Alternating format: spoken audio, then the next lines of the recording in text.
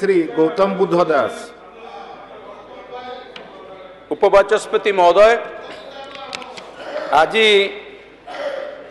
विधानसभा पवित्र गृह जो मुलतवी प्रस्ताव आसी राज्य में अत्यावश्यक सामग्री दरदाम आकाश छुआ सरकार नीरव द्रष्टा ताकू मु समर्थन करुछि। माननीय मंत्री ए संपर्क में जो उत्तर रखिंट से उत्तर संपूर्ण भाव में ऊपर ठाउरिया एवं अंतसार शून्य से लिखिं। मु पढ़ी दूची आपण सबु तले सबु पॉइंट रे से लिखिं। आलू पियाज उपलब्धता पर तीक्ष्ण नजर रखा निर्देश दि जाएगी। गच्छित परिमाण तदारख पर जिलापाल को निर्देश दि जाएगी। अत्यावश्यक सामग्री दर तथा उपलब्धता अनुध्यान करुछंती। एतिकी समय मध्य बैठक करा जाउछि। ए सबु करा जाउछि। जदि सबु जदि नजर रखा जाइछि ताहले आलू कहीं 60 टंकार बिक्री होउछि, पियाज कहीं 70 टंकार बिक्री होउछि, रसुण कहीं 400 टंकार बिक्री होउछि।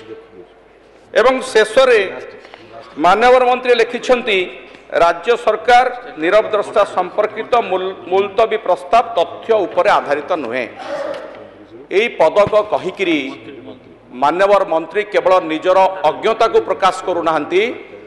4.5 कोटी ओडियांकर स्वाभिमान को तांकर सम्मान को नष्ट करुछंती। ओडिशावासी हंतसंत होउछंती। सीधा सड़क हांडीशाल उपर माड़ होउची। जो माँ मानू महिला मानू आपण सुभद्रा योजना 5,000 टंकार लॉलीपॉप धरई पकेट्रु प्रति मासरे 5,000 टंका दरदाम वृद्धि भाव में नहीं जाउछंती। एक कथा माँ माने जानी सारे, एक कथा ओडिशावासी जानी सारे।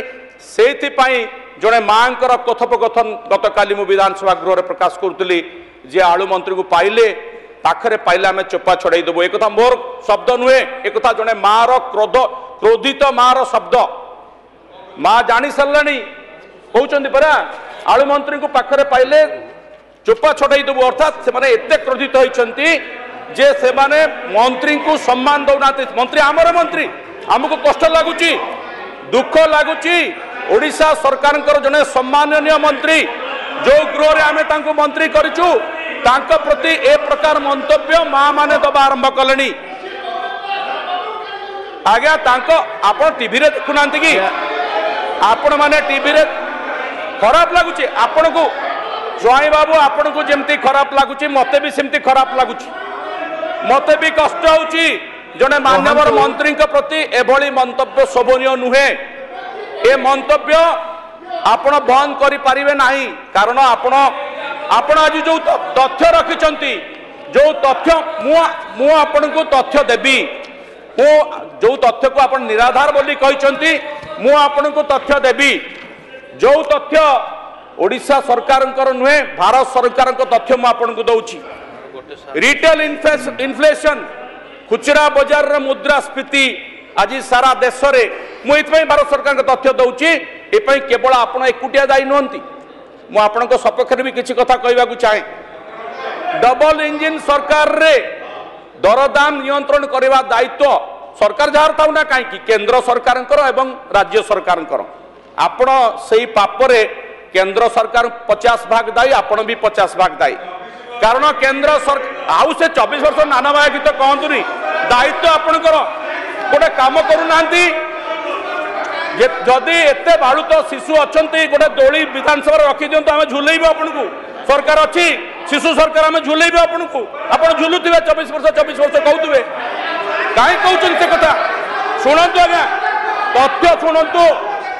तथ्य शुणु। खुचरा बाजार रे मुद्रास्फीति देश रे वर्तमान 6.2% 14 मास भितर सर्वाधिक। एवं सबुठारु आहुरी उद्वेगर विषय है भेजिटेबल इन्फ्लेशन।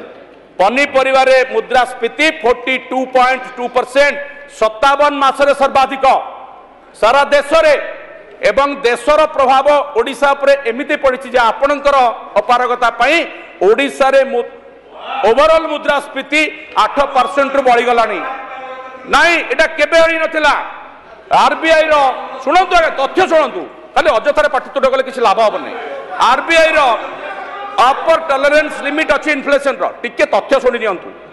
आरबीआई रो अपर टॉलरेंस लिमिट अच्छी इन्फ्लेशन रो ताकू मध्य आपण माने अतिक्रम करियेछंती भारत सरकार एवं केंद्र सरकार एवं राज्य सरकार ये होची डबल इंजिन रो डबल विकास खाद्य पदार्थ रे मुद्रास्फीति 10.9% फल रे 8.4% डाली जातीय शस्य रे 7.4% खाइबा तेल रे 9.5% परिवार 42.2% ये तथ्य मोर नुहे ये तथ्य भारत सरकार तथ्य एवं से आपण आउ टिके निजर जोगाण विभाग अपारगता पाई ठीक समय ठीक सामग्री खाली कौन ना बैठक कर जाउछि तीक्ष्ण नजर रखछंती कौन तीक्ष्ण नजर रखछंती आलू दर हु होइकी बढ़ुछि आपण तीक्ष्ण नजर रखछंती काली आपण गृह रे कहले मीडिया रे कहले 300 ट्रक आलू आछि 300 ट्रक आलू कोठी ठिया हैछि कोठी अनलोड हला हमकु आज तथ्य रखिबे कि माननीय मंत्री 20 ट्रक आलू आछि सी भी व्यवसायी संघर उद्यम रे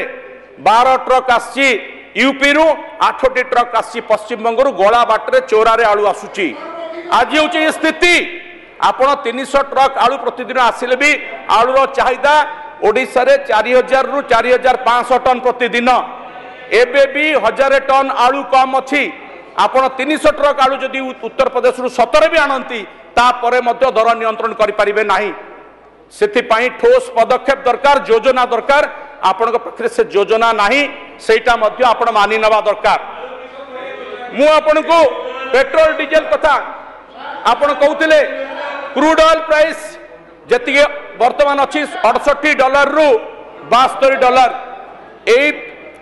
एतिकी क्रूड ऑयल प्राइस रे आपणकर तेल 102 टंका रु खसुनी एवं जो खसु नाही जेतेबेले आमे सरकार रे थिलु आपण माने गोटे बढ़िया प्रस्ताव देइथिले जे राज्य सरकार तांकर भाट कमई दियंतु आज तो आपण माने सरकार रे अछंती दया करी भाट कमई दियंतु तेल दर आमे पारि ना आज्ञा आमे पारि ना आमे करी पारि ना सेत पई सरकार जाइछु जदि आपणकर आपण जो कथा आपण कहिथिले आज सरकार रे आपण अछंती भाट प्राइस कमई दियंतु ओडिशा सरकार को सब्सिडी रे तेल दियंतु जदि सत्साहस अछि दियंतु नले सेति पई क्षमा मागंतु कहि दियंतु आपण तो सरकार रे अछंती आपणकर आउरी कहूँ बाबू भाई शुणी दिंतु आप तो भुवनेश्वर विधायक यही भुवनेश्वर सहर उपरे आमे देखिचु आपण माने जेतेबेले पनीपरिवार दर बढ़ुला उपमुख्यमंत्री दुई जन एठी नांती माननीय उपमुख्यमंत्री